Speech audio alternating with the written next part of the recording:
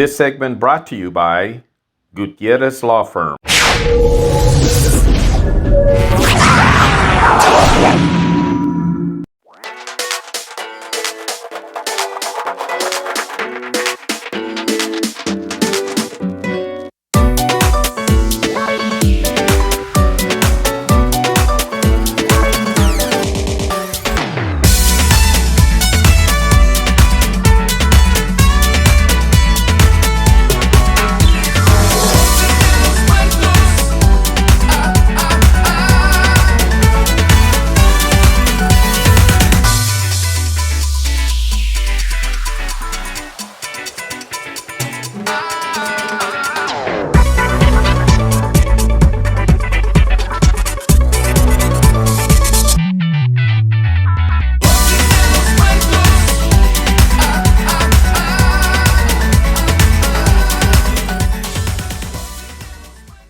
Welcome to Arizona Barrios Stories. I'm Irma, and today I come to you from South Phoenix. We are located at the South Mountain Academies. You may not know what it is, but they have a marvelous media area, and they're helping us, we're helping them. Some of you might be South Mountain High School alumni, and you may remember this place, but it has changed quite a bit. Today's story comes from Alex Corona. And Alex is going to give us some stories of him growing up. Alex, thank you for being a member of Arizona Barrios, and thank you for coming and joining us today.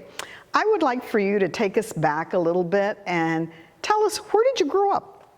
Well, when we first moved here to Arizona, it was 1969, late 70 or early 70. We moved into the Maryville area. Maryville, 47th Avenue in Glen Rosa, right on the corner, was just such a wonderful place to grow up, to start our life out here in Arizona. And what grammar schools and high schools did you end up attending? I went to Ana Lucia Grade School, and then later went to May Bartlett Hurd and West High School. Awesome. Now, while you were in high school, were you involved in any extracurricular activities or sports or clubs? I was a three-year letterman in high school. I ran track. I was in MECHA and student council, student government. There was also a program called the Lions Club. It was, I forgot the name of it. And you also mentioned, I think you were in a media type of environment, a little bit like this? A little bit like this, not quite as beautiful as this, but yes, they offered me video productions when I was in high school. And it kind of went hand in hand because of the business my family had as well. But my brothers and sisters and I took video productions, but it was in a room about a quarter of this, and the cameras did not look like this. But it was a lot of fun, and you kids are going to have phenomenal time with this. This is great. Now take us back to weekends. What were weekends like for you growing up? Keep it clean. Weekends growing up were working. Again, a family-owned business. But we had time to escape and get out and go to the movies. We would cruise Central. My brothers that were older would cruise South Central. When I was in high school, I liked fast cars, so I would cruise North Central where all the hot rods would go, or even a Metro Center. We cruised around there. But, we would do the normal stuff. My older brothers would go to Salon Calderon and go to Pipa's place. Then my other sisters would go to, the disco era. So I had kind of a round of everything. And hopefully you stayed out of trouble, right? Absolutely. I was the angel. There are 8 of us. I was the angel of the family. Did you ever, by chance, go to any of the dances at the churches? I didn't, but my sisters and my brothers did. My older brothers, they went to St. Anthony's and to Immaculate Heart. They would go to those. Although, I did go to some of the hops later when I was in high school with my older brothers and sisters. I think we went to Trevor Brown once and to Immaculate Heart, I believe. Tell me about the area where your parents ended up purchasing a home. That is known as Maryvale, but who was the developer back then? Yes, there was a developer called John F. Long. He built the first kind of track home communities in the United States, which was Maryvale. One of the homes that we had purchased was there in Maryvale. Small home, 8 kids, 3 bedrooms, and very crowded. And how many bathrooms? 1 bathroom. Ooh, that must have been really fun. It was, everything was timed.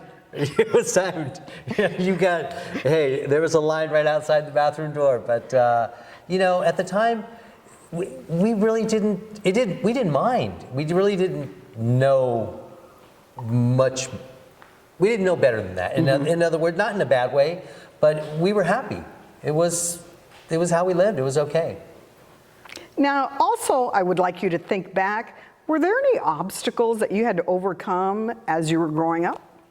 There were. I didn't experience it as much as I think my older brothers and sisters did. But I did. I just was naive a lot to it. I can remember this one particular time. I was already out of high school, and I was attending a trade school. And funny enough, it was to do video productions. But I had gone to get a sandwich, and I was standing in line. It was lunchtime, and the gentleman, it was a meat shop, and he kept passing me over. And I just kind of kept, okay, you're next, not really thinking about anything. Wasn't until later, I probably waited 25 minutes until finally someone said, oh, go ahead. It wasn't until later I thought about it and thought about that, well, why? And it struck me what it was. It was the color of my skin. But again, being naive to it, I didn't really think about it. But now I'm much more aware of it. I see it, but I choose to be the better person and do the right thing and just Awesome. do the right thing. Now, you speak of this family business. What business did your family have? Well, my family, we used to run the Orpheum Theater downtown, which was back then called the Palace West Theater, and we showed Spanish films, Mexican movies. So your grandparents, your parents probably came and watched a Mexican movie at one time, or came to bingo night one night, or came to see a concert. We branched out over the years. We were there almost 20 years, and did everything from a concert from Vicente Fernandez to In Excess. So it really was a great place to grow up and a lot of work.